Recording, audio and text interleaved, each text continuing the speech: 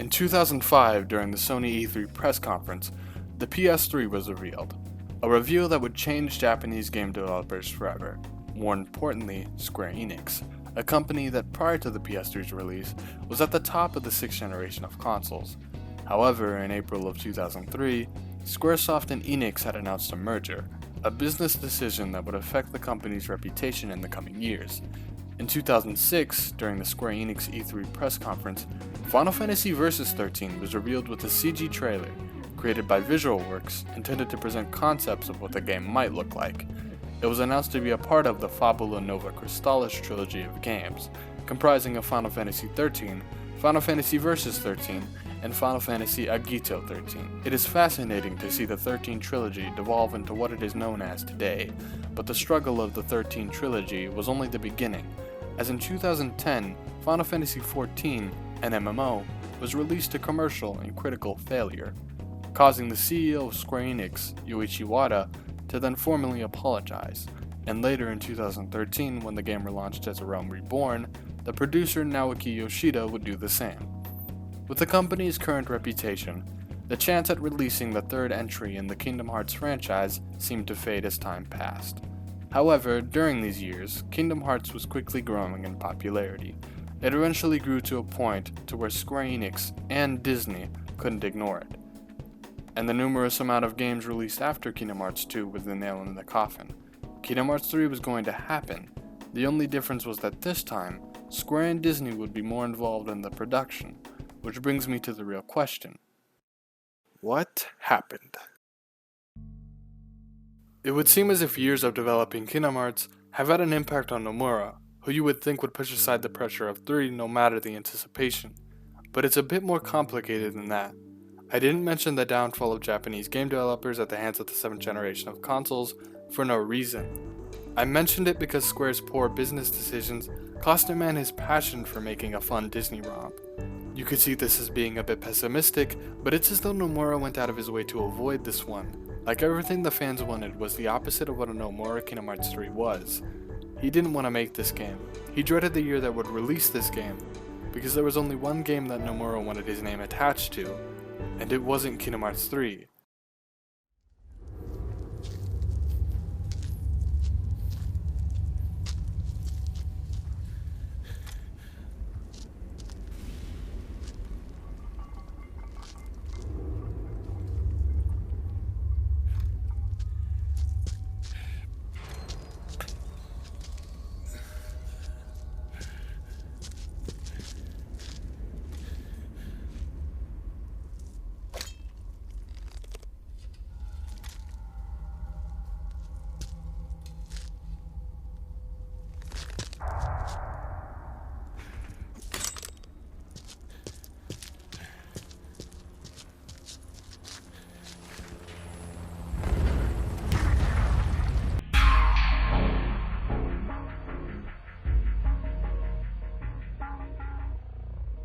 Writing a finale can be really tricky. It will always be controversial due to the very act of finality. It is an issue that Hideo Kojima has struggled with ever since the first Metal Gear Solid, because every game was written as the last. But it wasn't hard to tell that Kojima had a hard time with the production of 4. It was the first time in the series' history where Kojima didn't want to make a sequel. Even the sequel to 4 had Kojima showing more excitement, because a finale is hard to write, especially one that has been building for years, and one the writers had not intended to write in the first place. Colonel, I'm trying to sneak around, but I'm dummy thick, and the clap of my ass cheeks keeps alerting the guards. This puts Kingdom Hearts 3 in a weird place. Not only does it have to live up to the PS2 era of Square Enix, it's also meant to wrap up a decade-long story of light versus darkness, starring one of the most laughable video game villains in history, while also transitioning into a soft reboot for the franchise. So, where do I begin? I guess I'll start from the beginning.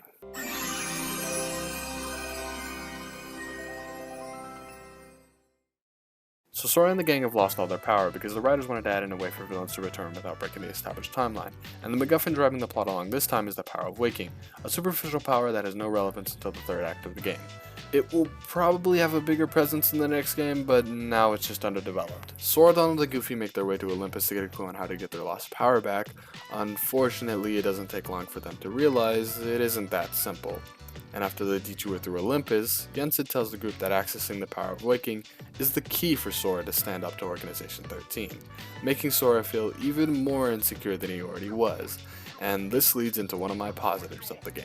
Sora's character is probably the most like a character he's ever felt than in any of the other titles, and it's one of those things that make the cutscenes of the older games a lot harder to sit through when the issues are even more apparent now with the development he gets in 3. Although this does lead into one of the biggest negatives in this game. Aside from Sora, most of the characters lack character, and it is especially jarring coming from 0.2, which showcased a more emergent role in side characters like Riku and Mickey, who just seem bored in this game. And maybe that's unavoidable considering their arcs have already been concluded, but it still seems as though they could have been given something to do, aside from just being there, or how Kairi and Axel have a realm relegated to just themselves, just so they can be in the final battle, feeling like Nomura wanted a lot of these characters to have every reason not to show up until the end. I'm not going into the next 18 hours. They're just filled with shameless Disney promotion, more so than the predecessors. Not to mention how the game's second act is just missing. That moment when Square Enix characters would appear, ramp up the pace, and add stakes to keep the player invested, is now placed at the end of the game, killing the pacing, making it even more noticeable with how much time is spent in the Disney worlds. I wouldn't have an issue with that increased length if they hadn't just retold the story of most of the films. There are only 3 worlds that have original stories, 1 world that has plot relevance, and 4 worlds that are just retellings of the original film. It feels like Disney had more of an influence over the project this time around, possibly due to how recent these films are, and no doubt the renewed excitement in this installment that Disney and Square must have noticed. Please be excited for E3 this year. Thank you so much. See you soon. Bye. The third act of this game is the most interesting for the fact of how disconnected it feels from everything else. The pacing and even subject matter change in this section. It even feels as though the game just starts its final act with no sort of transition, which leads me to one conclusion. Kingdom Hearts 3 isn't unfinished, it's rushed. What I mean by that is that it feels like the devs had much more ambitious plans for this game, but those were quickly cut when the game's engine had to be changed from the in-house Luminous engine to the Unreal Engine 4 only a year in. This may even be confirmed with the Kingdom Hearts HD 2.5 launch event that showed exclusive footage of Kingdom Hearts 3 within it. That footage showed rough concepts of Keyblade transformations and a land named Cabletown. The key detail from this event is how at the end, exclusive footage of Sora walking in a library while in his Valor form outfit with a chessboard and pieces by the window was shown. I don't exactly take Sora being there in the library as insinuating he would actually go there, but the idea of the library being more important than just a few scenes at the beginning and end of the game is the only evidence towards an interior for Scala ad Kylum. Considering how the game was basically remade and ideas for the mysterious tower were cut, I wouldn't hold my breath to say at least some part of the exposition was cut from Scala. And that's what bothers me the most, how much of this game feels like an accident. Not to mention the emptiness and disappointment for a game that I played more out of obligation for myself rather than the enjoyment of the game spurring me along. Final Fantasy characters. I've put it off for a while, but I need to touch upon this. Final Fantasy characters have been reduced to cameos, nods to the player, and even the summon command on the command menu has changed to the link command, despite serving the same exact purpose to even further distance this game from Final Fantasy. And sure, it's fine, it's good, I'm here for the main cast too, but considering the screen time that Disney characters get is paramount to even what original characters get, that empty feeling I get from this game can be attributed to the lack of Final Fantasy. The disconnection this game has from its roots is what's tragic. Characters who would have legitimately interesting backstories and stories within the main plot that I was expecting to see a conclusion to aren't even mentioned. It's weird because previously these characters would be the driving part of the story. But there is something within the final act of this game that holds some of the best writing in the franchise. It gives hope for the future of the series, even if Final Fantasy characters don't return.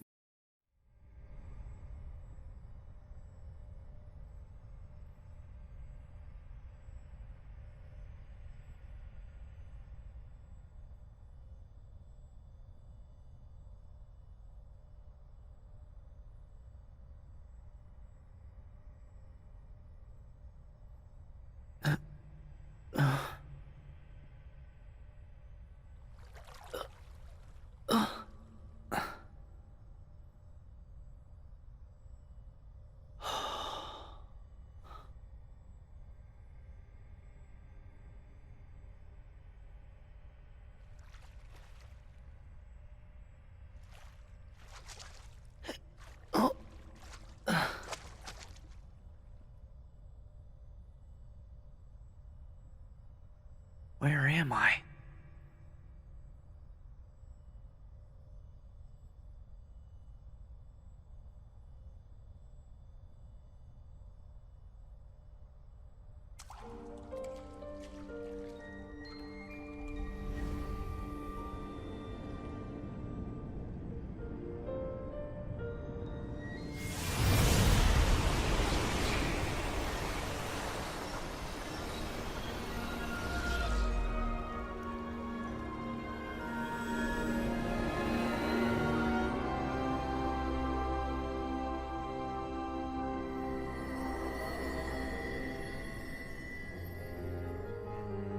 The final world. I don't exaggerate when I say it is one of the most eerie and captivating areas in the entire series, and unfortunately the reason why it can be missed by most players. But my point still stands because it has some of the darkest subject matter within the entire franchise: death. I felt as though the series was finally evolving in this one moment, these stars that have no form at all, yet hold some of the most well-written dialogue these games have seen. This proves one of my underlying suspicions that Nomura's ideas on paper are genius, and how when he wants to, he can write a story that can captivate audiences. It's even more tragic when you feel that same energy from Final Fantasy Versus XIII. That game could have been brilliant if it was from the right company. That project becomes more and more tragic as time goes on, and you can see just how much it has eaten at Nomura with this game. Maybe I'm looking too far into it, but I just can't accept that Nomura is okay with this. It's almost to the point to where I suspect he is now using Kingdom Hearts as a vector for his failed projects. But this leads into one of my final points. Fan service. It's what ruins this game, and it backloads the entire story into the final act. It's baffling that Nomura, after the many rewrites that this story has had, decided that appealing to the lowest common denominator of fans was the way to end these stories. It retroactively ruins the other games and their impact, while also ruining this game's entire story. That build-up is missing just so some fan favorite characters could return, even though it was explicitly stated in the previous games how impossible it was to bring characters like Naminé, Roxas, and Shion back from the dead, all who have lazily written character arcs that end with replica. It parallels the hilarious explanation of Metal Gear Solid of nanomachines being behind everything, and makes for a completely unsatisfying conclusion behind some of the series' best characters. Also, the fan reception of this game is confusing. This is seen as the storytelling peak of the franchise, even though it makes Metal Gear Solid 4 look like Shakespeare in comparison. The microwave scene from 4 is head and shoulders above anything in this game, and Kingdom Hearts 3's version of that scene, the scene where everyone fails, is just laughable. The ending. The only part of the game where I'm sure even Nomura was scratching his head with how much it tramples over itself. I don't have an issue with the main character dying. My issue lies with how it was executed, and considering you don't have to look far for a good example of how to pull off this ending, I'm surprised how much wrong it got. Don't get me wrong, I'm glad that the game was building up to a moment where Sora would find the power of love at the cost of his own life. What I am not a fan of is how out of place the death feels. Aside from a few remarks from young Xehanort, the story doesn't feel like it was building up towards this moment. The idea is fine, and it isn't out of Sora's character to do this.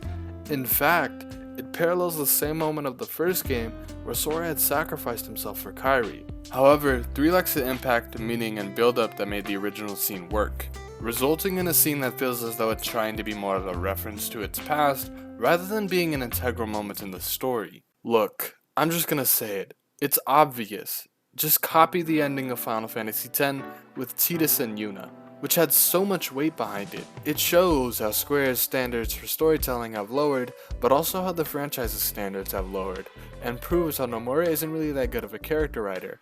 I can only surmise this is due to main series writers Kazushige Nojima and Jun Akiyama leaving the series at 2. Nojima and Akiyama would focus on the writing of Final Fantasy characters and some of the Disney. The only survivor of that original writing team is Daisuke Watanabe. Masaru Oka has been with the franchise ever since the original, but he didn't play a major role in the series until Dream Drop Distance, working alongside Nomura. And with that original team gone, one doesn't have to look further with how different these new writers are than with Riku and Kairi in 3, who don't even talk in this game. Considering how Kairi used to be a driving force behind his actions, I find it just a bit awkward how he reacts to her death. Xehanort!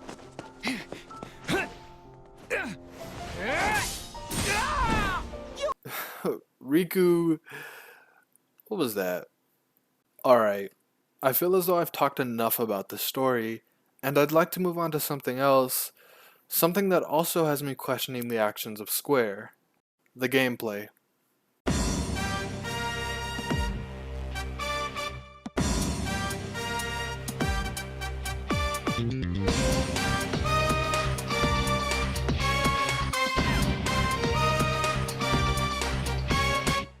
To start, I would like to preface this by saying that I've played 5 playthroughs of this game, 3 on Proud and 2 on Level 1 Proud. I want to make this clear not to brag, but to explain that my opinion is based off hundreds of hours of this game, and isn't me just being ignorant. Anyway, this game starts with a similar dive to heart similar to 1 and 2, only with a few added options that affect health and magic, and the usual rate at which abilities are given. From this point you transition into a tutorial dark side battle. And then the gameplay starts. The reason I started this paragraph off with how much I played this game was when listening to discussions about this game, I'm always left confused with the opinion that the gameplay in 3 is the best in the series. And on a surface level, the gameplay could be seen that way. With how many options are at display even from the start of the game, your starting abilities are enormous, prompting the use of multiple options to reach victory. Unfortunately, these options begin to look like obstacles with an odd system put in place. Situation commands, which trick you into thinking they're just reaction commands, and they still do serve the purpose of reaction command, but you will slowly realize they are basically the second command menu tab from Kingdom Hearts 2, restricted to just one button. There is so much tied to the triangle button in this game that it makes me wonder how they didn't think it was a problem, how much was behind the system. Keyblade transformations, attraction flow, grand magic, and general interaction are all governed by the triangle button, all of them seeming to fight for control and attention. And none of these aforementioned features have any sort of gauge tied to them, and can easily be stacked. It isn't hard to tell on your first playthrough that this system is broken, and unless you're playing on level 1 Proud, then the damage that all of these options net you is enormous. And that isn't the only issue. The movement in general feels much slower with how much emphasis is put on animation. Running in a circle is impossible in this game due to the added animation of Sora planting his feet before a new animation can be played. For some reason, this same design is fit into the cycle of jumping into a double flight and then into glide, where Sora has to complete every animation before moving into the next. And while that is realistic, it makes glide feel slow in this game. And the only way to bypass that is to Keyblade switch into a glide, which for some reason skips the animation. Animation time is a big issue in this game, and I admit, I adore 2, and I believe there may be some bias there. I mean, it isn't a perfect gem, but there are just glaring issues in 3 that I can't ignore, even with some of the drawbacks of 2. For example, level 1 just isn't fun. It isn't a test of skill as much as it's a test of endurance. It's a result of bad damage scaling, because unless you use Stat Boost, Cuisine, and the Keyblade Forge, negating the point of being level 1, you will barely do any damage, and will quite literally chip at enemy health bars. I can't give up. Damage scaling is important, as it sets a damage ceiling and a damage floor so you don't do too much or too little damage. Kingdom Hearts 3 doesn't feature any type of scaling, and it gives the impression as though they didn't test level 1, or maybe they did, as they have included the option to play level 1 on any difficulty, even beginner, implying that they knew how much of an issue it was and ignored it for a future patch. Or they thought that 20-minute boss fights meant challenge, when that isn't the case at all. A challenging enemy is an enemy with an interesting moveset that is difficult to master but incredibly satisfying when you do, like the Lingering Well, and even though there's an exploit to that fight, it is satisfying to fight that boss, fail multiple times, pick up on his patterns, and beat him legitimately. Take this! Back off!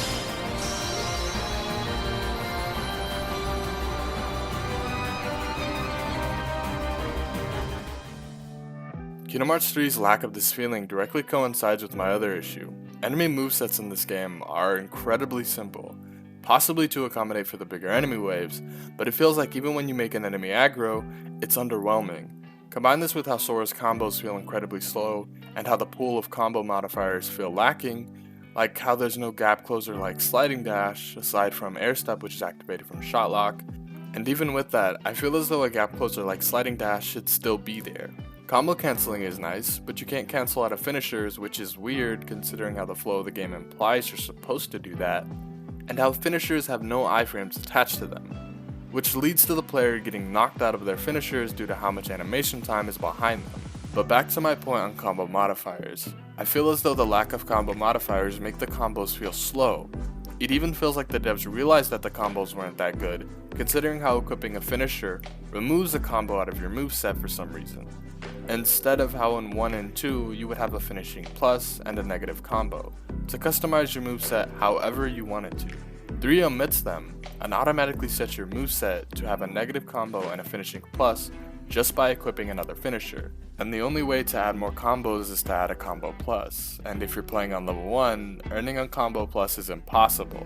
So if you want a chance to cancel your combo, you're going to have to be more careful with your choices. The game also doesn't do a good job of weaving these abilities into the story, and just gives them to you without any sort of growth abilities. The game does a good job of developing Sora within the context of the story, but in terms of gameplay, it fails to explain how Sora learned these new abilities, aside from Link.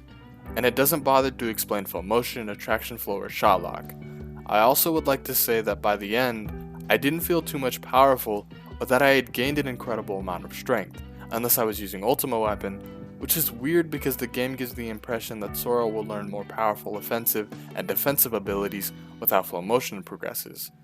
But you just get more options when it's most convenient to the world, and not by you actually completing a set objective to level them up, like the dry forms or summons in Kingdom Hearts 2. It creates a sense of artificial growth with how the game controls so strictly which abilities level up and when. You can tell Square must not have had enough playtests for the encounters in this game, as spamming magic, more specifically fire, is one of, if not the best option with every enemy you're faced with. It's just too much of a viable option in fights. Even level 1 focuses on magic spam. In fact, it can be argued, and I will argue, that trying to use physical attacks for anything other than building up a situation command will waste time and get you killed. The secret boss Dark Inferno is the only exception, as in his final phase, he changes to resist both fire and water. However, I find Dark Inferno to have an incredibly simple moveset, and only on level 1, or an underleveled Proud playthrough, was the only time where I was forced to memorize his moveset with little room for error. It's a nice boss fight, it's just incredibly forgettable, and I feel the Dark Inferno and the third act bosses are the only boss fights worth touching on. I also feel the final boss is a bit underwhelming. Sure, there is no dragon or ship gimmick, but what's here doesn't inspire much confidence in the player. 4 forms that asks the player to block with the vaguest possibility at an opening. Get through that and you get a quick time event.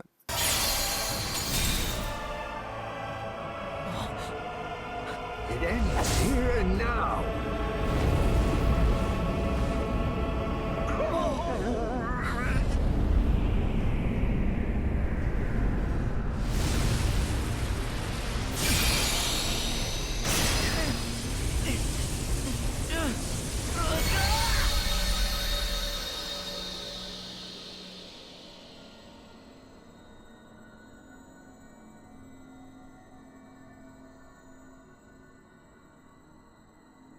Then the game ends. All in all, the final product of Kingdom Hearts 3 feels woefully put together, like Nomura made it out of obligation for the fans, rather than making the best game for himself and the fans. Nomura has always seemed uninterested in this game, specifically out of every other entry, and that may well be because of fan anticipation, but I suspect Square Enix and the poor business decisions that the company has incorporated over the years have taken an impact on Nomura, affecting his attitude on the series and the fans, acting like he wanted to get past the belated third entry of Kingdom Hearts. I don't blame Nomura for feeling tired of making a series that he has always helmed since 2002, and written since 2009, but that stress is starting to show, and maybe it might be time for someone else to step in and not guide or take over the franchise, but assist Nomura, and look over his directions. Someone to pick up the slack when Nomura clearly doesn't care. I can't imagine someone who is writing, directing, and planning two of Square's biggest franchises in the company's history can keep their composure. In fact, Nomura would agree with me, as in 2007 during an interview, He stated how impossible it is to work simultaneously on two huge projects, and it doesn't end there. Just compare his attitude from 2013 to now. They're almost completely different people. And considering how many times he claims to have rewritten the ending, just imagine how much the story has changed in a matter of years.